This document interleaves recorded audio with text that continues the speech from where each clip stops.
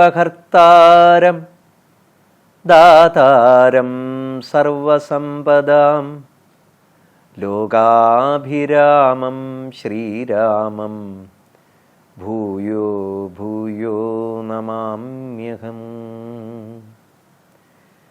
കൂജന്തം രാമ രാമേതി മധുരം മധുരാക്ഷരം ആരുഹ്യ കവിതാശാഖാം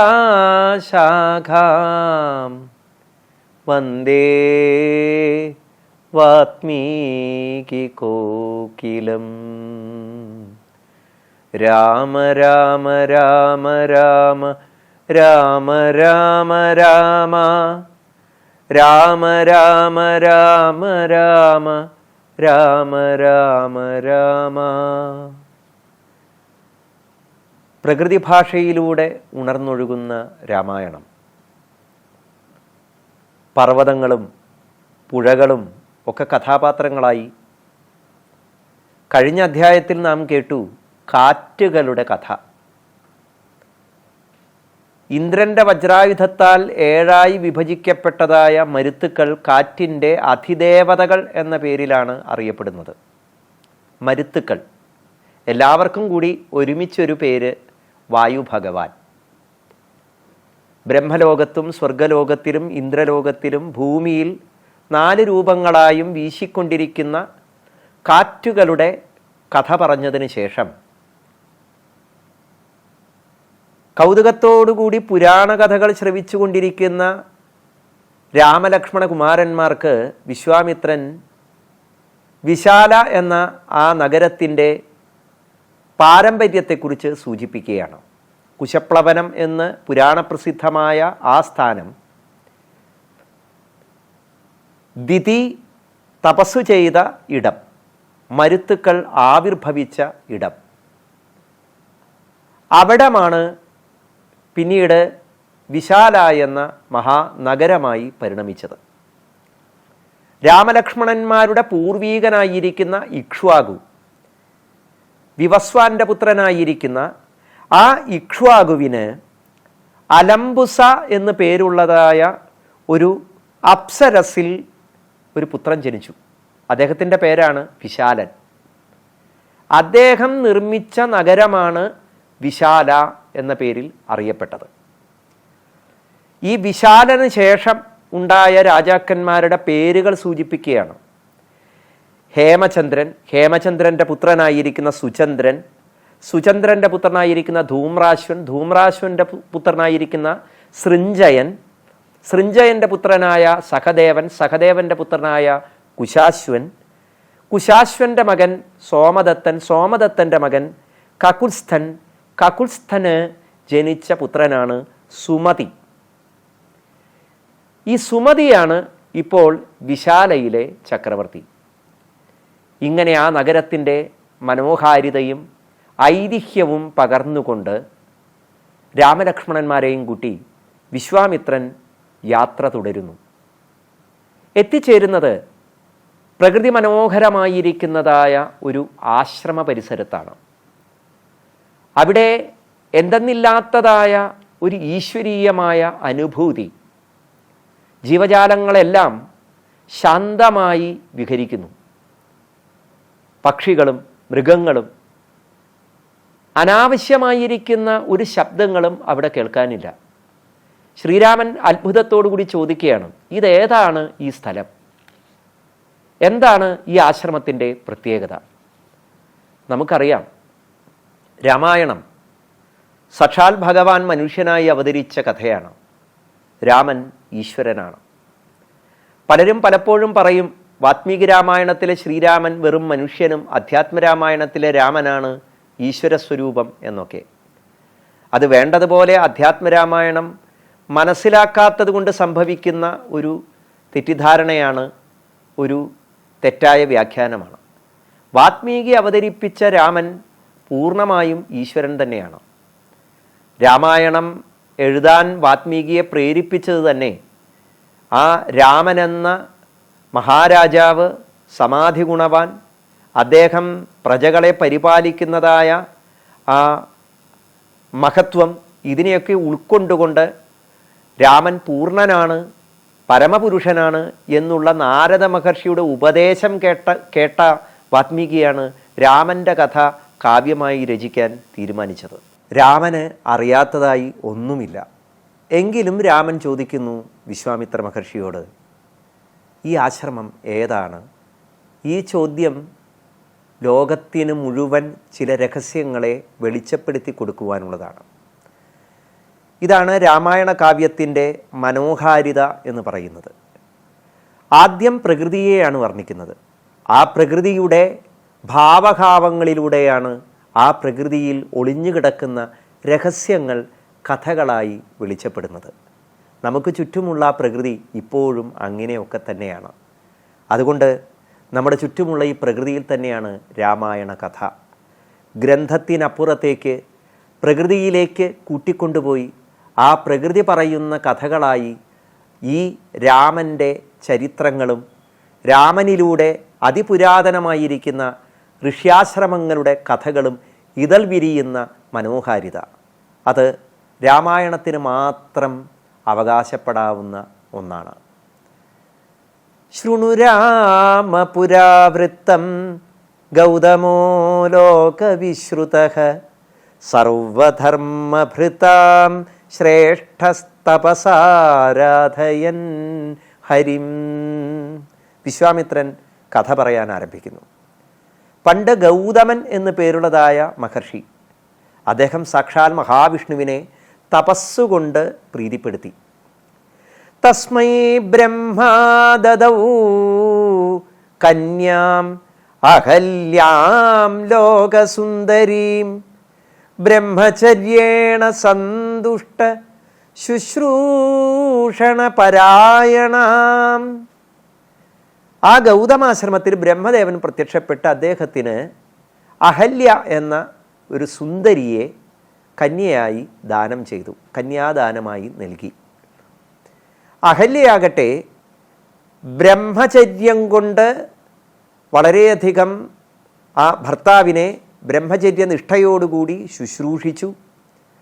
തയാസാർത്ഥമിഹാസീൽ ഇഹാവാസീത് ഗൗതമസ്തപസാംബര ശക്രസ്തു താം ദർശയിതുമന്തരം പ്രേപ്സുരന്വഹം.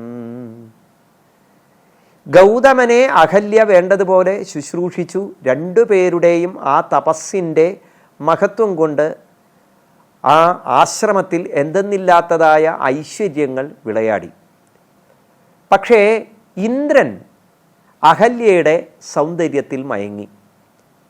കഥ ഇങ്ങനെയാണെങ്കിലും ഭൂമിയിലെവിടെയും ഋഷീശ്വരന്മാർ ഏതെങ്കിലും വിധത്തിലുള്ളതായ അമാനുഷികമായിരിക്കുന്ന തപസ്സിൽ ഏർപ്പെടുമ്പോൾ ആ തപസ്സിനെ വിഘ്നം വരുത്തി ആ തപസ്സിൻ്റെ സാഫല്യത്തിലേക്ക് നയിക്കുന്നതായ ഏകാഗ്രതയ്ക്ക് ഭംഗം വരുത്തി ഏതെങ്കിലും തരത്തിലുള്ളതായ മായകൾ പ്രയോഗിക്കുക എന്നത് ഇന്ദ്രാദി ദേവന്മാർ എപ്പോഴും ചെയ്യുന്നതായി നമുക്ക് പുരാണങ്ങളിൽ കാണാൻ സാധിക്കും. അപ്പോൾ നമ്മൾ ഇതിനു മുമ്പും അത് സൂചിപ്പിച്ചതാണ്. മനുഷ്യരുടെ ഏകാഗ്രമായിരിക്കുന്ന ഉപാസനകളിൽ ഏതെങ്കിലും വിധത്തിൽ ദേവതകളാൽ ഭംഗം ഉണ്ടാക്കപ്പെടുന്നുണ്ടെങ്കിൽ അതിൻ്റെ കാരണം കൂടുതൽ കൂടുതൽ ഏകാഗ്രതയോടുകൂടി ആ കർമ്മത്തിൽ വ്യാപൃതരാവാനുള്ള മനുഷ്യർക്ക് പ്രചോദനം നൽകുന്നതിന് വേണ്ടിയാണ് എന്ന് നമുക്ക് ചിന്തിച്ച് മനസ്സിലാക്കാം. അല്ലെങ്കിൽ കാലം ഒരുക്കി വെച്ച ഏതെങ്കിലും തരത്തിലുള്ളതായ ചില നിയോഗങ്ങളിലേക്ക് കൂട്ടിക്കൊണ്ടുപോകാൻ ആയിരിക്കണം. ഋഷീശ്വരന്മാർ ചെയ്ത തപസ്സും അവർക്കുണ്ടായ തപോവിഘ്നങ്ങളും പിന്നീട് കാലാന്തരത്തിൽ പലതരത്തിലുള്ളതായ കഥകൾക്കും കാരണമായിട്ടുണ്ട്, സംഭവങ്ങൾക്ക് കാരണമായിട്ടുണ്ട്. ഇവിടെയും ഇന്ദ്രൻ ഈ ഗൗതമാശ്രമത്തിലേക്ക് കടന്നു വന്ന് അഹല്യയെ സ്വന്തമാക്കണമെന്ന് ആഗ്രഹിച്ച് ഗൗതമൻ്റെ രൂപം ധരിച്ച് ആശ്രമത്തിലേക്ക് പ്രവേശിക്കുകയും വന്നത് ദേവേന്ദ്രനാണ് എന്ന് മനസ്സിലായിട്ടും അഹല്യ ആ ദേവേന്ദ്രൻ്റെ മായയിൽ കുടുങ്ങിപ്പോയി. ആ ദേവേന്ദ്രനുമായി മൈഥുനത്തിലേർപ്പെട്ടു. ഇങ്ങനെ ദേവേന്ദ്രൻ അഹല്യയെ മായയിൽ കുടുക്കിയ സമയത്ത് അവിടേക്ക് കടന്നു വന്നതായ ഗൗതമ മഹർഷി ആ അഹല്യാശ്രമത്തിൽ നിന്ന് പുറത്തേക്ക് കടന്നു പോകുന്ന ദേവേന്ദ്രനെ കണ്ടു. ദേവേന്ദ്രൻ കടന്നു പോകുന്നത് അഹല്യയുടെ നിർദ്ദേശപ്രകാരം ഗൗതമൻ്റെ തന്നെ രൂപം ധരിച്ചുകൊണ്ടാണ് എന്ന് അധ്യാത്മരാമായണം വർണ്ണിക്കുന്നുണ്ട്. അപ്പോൾ തൻ്റെ രൂപം ധരിച്ച് ആശ്രമത്തിൽ നിന്ന് പുറത്തേക്ക് വരുന്നതായ ആ ദേവൻ ആരാണ് നീ എന്ന് ഗൗതമൻ ക്രുദ്ധനായി ചോദിക്കുന്നു. ദേവേന്ദ്രൻ തൊഴുകയോടുകൂടി തന്നെ ഗൗതമൻ മനസ്സിലാക്കി എന്ന് തിരിച്ചറിഞ്ഞ് മാപ്പപേക്ഷിക്കുന്നു, സമസ്താപരാധം പറയുന്നു. അവിടെ ഗൗതമൻ ഇന്ദ്രനെ ശപിക്കുന്നു. മായാരൂപം പൂണ്ട് ആശ്രമത്തിലേക്ക് കടന്നു വന്ന് തൻ്റെ ധർമ്മപത്നിയെ ചതിച്ച അല്ലെങ്കിൽ വശപ്പെടുത്താൻ ശ്രമിച്ച ദേവേന്ദ്രനെ നീ സഹസ്രഭഗനായി തീരട്ടെ എന്ന് ശപിക്കുകയാണ്. നിന്റെ ശരീരത്തിലെ ഓരോരോ രോമകൂപങ്ങളിലും ഈ കാമാവേശം നിറഞ്ഞു നിൽക്കുന്നു. അതുകൊണ്ട് നീ ഒരു കാമസ്വരൂപനായി തന്നെ തീരട്ടെ എന്നാണ് ശാപം. ഇങ്ങനെ ദേവേന്ദ്രനെ ശപിച്ചു. അപ്പോൾ കാമത്തിൻ്റെ അടയാളമായി ദേവേന്ദ്രന് പിന്നീട് സഹസ്രാക്ഷൻ എന്ന പേരുണ്ടായി എന്നാണ് പറയുന്നത്. ശരീരത്തിൽ മുഴുവൻ കണ്ണുകളുള്ളവൻ എന്നൊക്കെയാണ് അതിൻ്റെ സാമാന്യമായിരിക്കുന്ന ലൗകികമായിരിക്കുന്ന അർത്ഥം.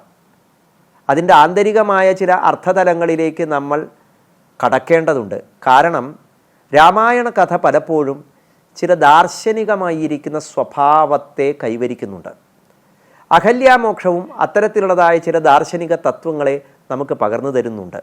കൂടാതെ വളരെ ലളിതമായ ജീവിതം നയിക്കുന്ന മനുഷ്യർക്കുള്ള ലോകധർമ്മങ്ങളുടെ ഉപദേശങ്ങളായും ചിലപ്പോൾ ചില കഥകൾ പരിണമിക്കുന്നു. അഹല്യാമോക്ഷം ഇതെല്ലാം ചേർന്നതാണ്. അഹല്യയെയും ഗൗതമൻ ശപിക്കുന്നു. ദുഷ്ടേ ത്വം തിഷ്ഠ ദുർവൃത്തേ ശിലായാമാശ്രമേ മമ നിരാഹാരാദിവാരാത്രം തപപരമമാസ്ഥിത ആദപാനിലവർഷാദി സഹിഷ്ണു പരമേശ്വരം ധ്യായന്തി രാമമേകാഗ്രമനസാ ഹൃദി സംസ്ഥിതം നാനാജന്തുവിഹീനോയമാശ്രമോ മേ ഭവിഷ്യതി. അഹല്യയെ ശപിക്കുന്നു ഗൗതമൻ. നീ ദുർവൃത്തയാണ്. നിന്റെ വൃത്തിയിൽ ആ ദുഷിച്ച മനസ്സിൻ്റെ ഫലമായി നിന്റെ ധർമ്മങ്ങൾ അത് മലിനമായി തീർന്നിരിക്കുന്നു. നിന്റെ പ്രവൃത്തി ദുഷിച്ചിരിക്കുന്നു. അതുകൊണ്ട് ഇതിന് പ്രായശ്ചിത്തം ചെയ്യാനാണ് ഗൗതമൻ്റെ ശാപം. നിരാഹാരയായി വായു മാത്രം ഭക്ഷിച്ചുകൊണ്ട് മറ്റ് ഭൂതജാലങ്ങളുടെ ഒന്നും ദൃഷ്ടിയിൽപ്പെടാതെ നീ ഈ ആശ്രമത്തിൽ തന്നെ കഴിഞ്ഞുകൂടുക. ഈ ആശ്രമത്തിലേക്ക് നീ തപം ചെയ്യുന്നതായ ഇടത്തിലേക്ക് മറ്റ് ജീവജാലങ്ങളൊന്നും കടന്നു വരികയില്ല. ഈ ശിലയ്ക്കുള്ളിൽ, ഈ ശിലയുടെ അടിയിൽ, ഈ ശിലയിൽ ഒളിഞ്ഞിരുന്ന് നീ തപസ് വേണ്ടതുപോലെ പൂർത്തിയാക്കുക. ഇത്യുക്ത്വാ ഗൗതമപ്രാഗാത്ഹിമവന്തം നഗോത്തമം തദാദ്യഹല്യ ഭൂതാനാമദൃശ്യ സ്വാശ്രമേ ശുഭേ. അന്ന് മുതൽ അഹല്യ ഭൂതജാലങ്ങൾക്കൊക്കെ അദൃശ്യയായി ആ ആശ്രമത്തിൽ കഴിഞ്ഞു എന്നാണ്. ആ ആശ്രമം വിജനമായി. അഥവാ അവിടെ ഏതെങ്കിലും ജീവജാലങ്ങൾ ഉണ്ടെങ്കിൽ തന്നെ അവയുടെ ശബ്ദം പുറത്തേക്ക് കേൾക്കുക പോലുമില്ല. അവ വിഹരിക്കുന്നത് മറ്റുള്ളവർക്ക് മനസ്സിലാവുക പോലുമില്ല. അത്രയും ശാന്തമായ ഒരു ഇടമായി അഹല്യാശ്രമം പരിണമിച്ചു. ഗൗതമൻ അവിടെ നിന്ന് ഹിമാലയ സാനുക്കളിലേക്ക് പോയി. തൻ്റെ ധർമ്മപത്നിക്ക് സംഭവിച്ചതായ ഈ ഇന്ദ്രൻ്റെ മായ കൊണ്ട് സംഭവിച്ചതായ ഈ കർത്തവ്യച്യുതിയിൽ ഗൗതമനും ദുഃഖമുണ്ടായിരുന്നു. അതുകൊണ്ടാണ് തൻ്റെ ധർമ്മപത്നിക്ക് അതിൻ്റെ പ്രായശ്ചിത്തമായി ശിലയ്ക്കുള്ളിൽ ആശ്രമത്തിൽ തന്നെ മറ്റ് ഭൂതജാലങ്ങളുടെ ദൃഷ്ടിയിൽപ്പെടാതെ നിരാഹാരയായി വർത്തിച്ച് തപസ് ചെയ്യാൻ ആ ശാപരൂപേണയുള്ള അനുഗ്രഹം കൊടുത്ത് ഗൗതമ മഹർഷി പോയത് മറ്റേതെങ്കിലും സുഖഭോഗങ്ങൾ അനുഭവിക്കാനല്ല, സ്വയം തൻ്റെ ധർമ്മപത്നിയുടെ ശാപമോക്ഷ കാലം വരെ തപസ്സു ചെയ്യാനാണ്. ഗൗതമൻ ഹിമാലയ സാനുക്കളിൽ പോയി തപസ്സു ചെയ്തു. ഇങ്ങനെ അഹല്യ തപസ്സു ചെയ്യുന്ന ഇടമാണ് രാമൻ ദാ സന്തോഷത്തോടുകൂടി ആ പ്രകൃതിയെ നോക്കിക്കാണുന്നു. വിശ്വാമിത്ര മഹർഷി ശ്രീരാമനോട് പറയുന്നു, ദർശയാമാസ ചാഹല്യാം ഉഗ്രേണ തപസാം സ്ഥിതാം. ശ്രീരാമൻ ആദ്യം പറയുന്നു, എനിക്ക് ആ അഹല്യ തപസ് ചെയ്യുന്ന ഇടം കാണിച്ചു തന്നാലും എന്ന്. രാമ ശിലാം പദാസ്പൃഷ്ട്വാത്താം ചാപശ്യന്തപോധനാം. വിശ്വാമിത്രൻ കാണിച്ചു കൊടുത്തതായ ആ ശിലാപൃഷ്ഠം അത് രാമൻ കാണുകയാണ്. രാമൻ അവിടേക്ക് തൻ്റെ പാദം പതുക്കെ വയ്ക്കുന്നു. അപ്പോൾ പലപ്പോഴും നമ്മൾ അഹല്യാമോക്ഷം കഥ കേൾക്കുമ്പോൾ ശിലാരൂപത്തിലിരിക്കുന്ന അഹല്യയുടെ ശിരസിൽ രാമൻ കാല് വെച്ചു എന്നൊക്കെയാണ് നമ്മൾ കാണുന്നത്. എന്നിട്ട് ആ ശിലാരൂപത്തിൽ നിന്ന് അഹല്യ അതാ ജനിക്കുന്നു. ശ്രീരാമൻ അഹല്യയുടെ ശിരസിൽ കാല് വെച്ച് നിൽക്കുന്നതായൊരു രംഗമാണ് നമ്മുടെയൊക്കെ മനസ്സിലുള്ളത്. സത്യത്തിൽ വാത്മീകി മഹർഷി അങ്ങനെയല്ല വർണ്ണിച്ചിരിക്കുന്നത്. ആ ആശ്രമത്തിൽ ഭൂതങ്ങൾക്ക് അദൃശ്യയായി വർത്തിക്കുന്ന അഹല്യയുടെ സ്ഥാനം കാണിച്ചു തരൂ. അഹല്യയുടെ അടയാളമായിട്ടാണ് ആ കല്ല് എന്ന് പറയുന്നത്. അല്ലാതെ അഹല്യ കല്ലായി മാറി എന്നല്ല പറയുന്നത്. കല്ലിനെ പോലെയുള്ളതായ ഒരു തപസ്സാണ് അഹല്യ അനുഷ്ഠിച്ചത്. വാതഭക്ഷ, വായു മാത്രം ഭക്ഷിച്ച്, വായു ഭക്ഷിക്കുന്നത് കല്ലാണ് എന്നൊരു സങ്കല്പമുണ്ട്. അപ്പോൾ ആ ശിലയിലേക്ക് രാമപാദം സ്പർശിച്ചു. അഹല്യ വസിക്കുന്നതായ ശില അത് കാലുകൊണ്ട് സ്പർശിച്ച നിമിഷത്തിൽ രാമൻ്റെ പാദം അവിടേക്ക് ആ ശിലയിൽ സ്പർശിച്ച നിമിഷത്തിൽ തന്നെ അവിടെ ഭൂതങ്ങൾക്ക് അദൃശ്യഭാവത്തിൽ വർത്തിച്ചിരുന്നതായ അഹല്യ അതാ തൻ്റെ രൂപം പ്രകടമാക്കി. അവിടെ ശ്രീരാമനും ലക്ഷ്മണനും വിശ്വാമിത്രനും എല്ലാവരും അഹല്യാരൂപത്തെ കാണുകയാണ്. സാക്ഷാൽ ബ്രഹ്മാവിൻ്റെ പുത്രിയാണ് അഹല്യ. അഹല്യ എന്ന വാക്കിൻ്റെ തന്നെ അർത്ഥം സുന്ദരി എന്നാണ്.